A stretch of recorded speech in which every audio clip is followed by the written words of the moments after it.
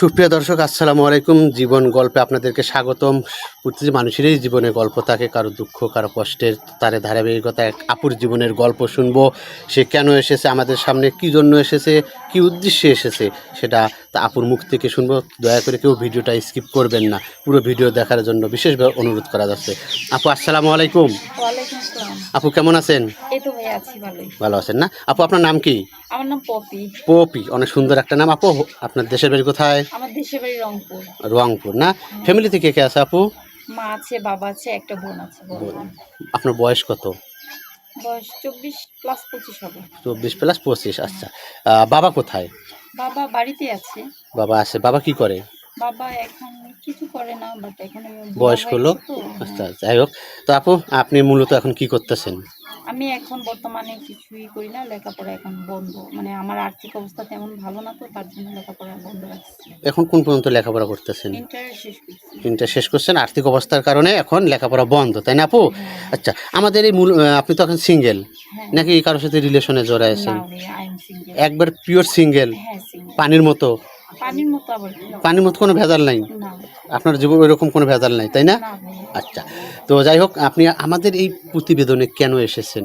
হেল্পের জন্য নাকি নতুন করে আর একটা জীবন সঙ্গী চাচ্ছেন বা বিয়ে করার ভাই জন্য? আমি এই আপনাদের এই অফিসে আসছি একটু হেল্পের জন্যই, যেহেতু এখনো আমার বিয়ে শাদী হয়নি, আর তাছাড়া আমার আর্থিক অবস্থা তেমন ভালো না। আর জানেনই তো আমাদের রংপুরে মেয়েদের বিয়ে হইতে গেলে লাখ লাখ টাকা যৌতুক চায়, কিন্তু আমার বাবার এমন সামর্থ্য নেই।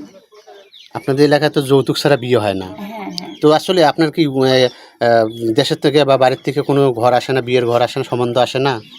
আসলে কি হবে, ওই যে বললাম না যে যৌতুক চায়। যৌতুক দিতে টাকা। পারেন না? হ্যাঁ। আপনার বাবার অবস্থা খুবই খারাপ, আপনার বলছেন যে আপনার আর্থিক অবস্থার জন্য আপনি লেখাপড়ারও করতে পারতেছেন না। হ্যাঁ, হ্যাঁ। তো আসলে আপনার বয়স 25 বছর না? হ্যাঁ। আপনি কি কতটুকু চাচ্ছেন বা কী রকম ছেলে চাচ্ছেন একটু যদি বলতেন। আসলে কি ভাই, টাকা পয়সা দেয় কিন্তু সব কিছু হয় না, কিন্তু একটা যদি ভালো মনের মানুষ পাই, এটাই হচ্ছে সব কিছু, বুঝছেন? ভালো মনের মানুষ বুঝবেন কিভাবে? সবার মাথার চুল তো কালো, কে ভালো কে মন্দ বুঝবেন কিভাবে? সেটা ঠিক আছে, বোঝা যায় না, তারপরও ভাগ্যে যা আছে তাই হবে। তাই হবে। টাকা পয়সা কোনো চেহারা দিয়ে তো কোনো ব্যাপার বুঝতেছেন না। চেহারা দিয়ে সব কিছু হয় না। শুধু চাচ্ছেন ভালো টাকা একটা, দিয়ে মানুষের সব কিছু হয় না। শুধু ভালো একটা মনের মানুষ চাচ্ছেন যে আপনাকে হ্যাঁ। ভালোবাসবে, টেক কেয়ার করবে, তাই না আপু? হ্যাঁ। বয়সও কোনো ব্যাপার না। আচ্ছা, কোন বয়স 30-35 এমন হতে হবে। 30-35? আচ্ছা, হ্যাঁ। 30-35 বলছেন। 30-35 কোনো ভাই কিন্তু এখন সিঙ্গেল থাকে না, সেটা ঠিক আছে। অথবা তার ওয়াইফ মারা গেছে বা চলে গেছে, এইরকম কোনো ভাই যদি আমাদেরকে নক করে আপনার জীবনে আসে, আপনি কি মেনে নেবেন? এটা ভাগ্যের উপর ডিপেন্ড করবে। না তারপর আপনি যদি আসে তো মেনে নেবেন তো? অবশ্যই নিব না কেন? আচ্ছা, ওই ভাই যদি ওয়াইফ বা যে একটা বেবি থাকে তখন? সমস্যা নাই, এটা হচ্ছে ভাগ্যের বিষয়, বুঝছেন?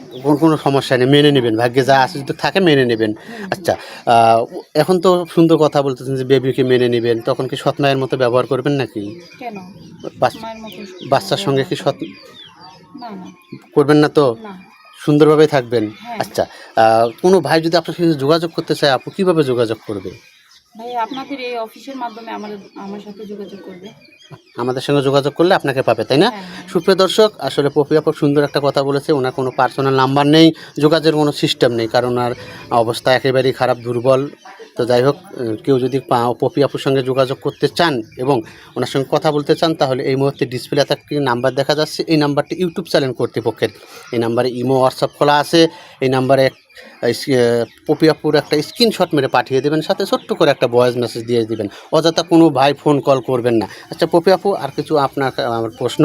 আপনি তো মুসলিম, হ্যাঁ, হ্যাঁ। নামাজ কালাম পড়েন? হ্যাঁ ভাইয়া, অবশ্যই। 5 ওয়াক্ত পড়া হয়? হ্যাঁ, 5 ওয়াক্ত বা 4 ওয়াক্ত, 3 ওয়াক্ত যখন যা কোরআন পারি। শরীফ পড়তে পারেন? হ্যাঁ। আচ্ছা, কোনো ভাই যদি আপনাকে রেখে বিদেশে চলে যায়, কারোর সাথে কি পরকীয়া করার চিন্তা ভাবনা আছে? আস্তাগফিরুল্লাহ ভাইয়া, এগুলো কি বলেন? না, ইদানিং তো পরকীয়া তো পুরো ডেঞ্জারাস একটা রোগ। ইউটিউব ফেসবুক খুললে আমরা দেখি খালি অমুক ভাইয়ের বউ অমুক ভাইয়ের সঙ্গে চলে গেছে, দেবরের সঙ্গে চলে গেছে, পরকীয়া করে। এরকম করার চিন্তা ভাবনা আছে মাথায়? না ভাইয়া, হ্যাঁ, এসব নাই। কখনো করবেন না? না, না, না। আচ্ছা, স্বামীকে কতটুকু ভালোবাসবেন? স্বামীকে ভালো না বাসলে তো স্বামী আরেকজনের সাথে চলে যাবে আবার। সেটা ঠিক আছে।